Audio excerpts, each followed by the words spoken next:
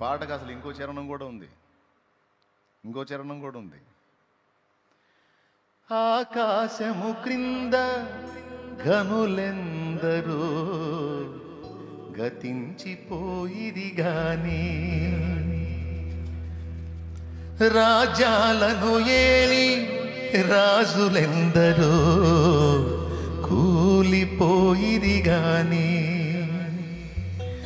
నీ నామము ఎన్నడు గతించలేదు,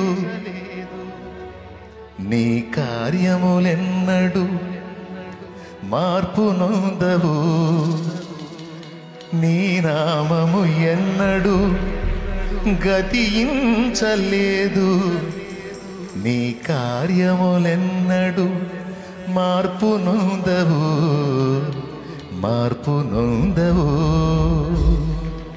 ప్రైజ్ ది లార్డ్. చాలా మంది రాజులు రాజ్యాలు వెళ్ళారు, రాజులు పోయారు, రాజ్యాలు పోయినాయి, వాళ్ళ పేర్లు కూడా మాసిపోయినాయి. చాలామంది ఘనులుగా గుర్తించబడిన వాళ్ళు మాసిపోయారు, వాళ్ళ పేర్లు, వాళ్ళ ఆకారాలు, శరీరాలు కూడా మట్టికి మట్టి అయిపోయి గతించిపోయారు. కానీ యేసునామం చూడండి, నాట నుండి నేటి వరకు.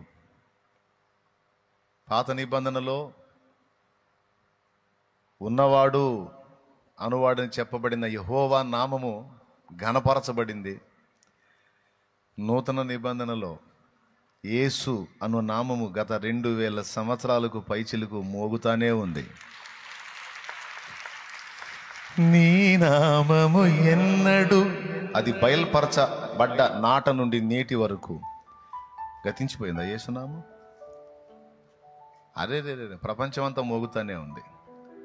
ఆ నామాన్ని లేకుండా చేయాలని, ఆ గ్రంథాన్ని లేకుండా చేయాలని, ఆ భక్తుల్ని లేకుండా చేయాలని రాజులు, రంగప్పలు శాసనాలు చేశారు, ప్రమాణాలు చేశారు. చేసిన వాళ్ళంతా మట్టిలో మట్టి అయిపోయారు, మొత్తం కలిసిపోయారు దుమ్ములో.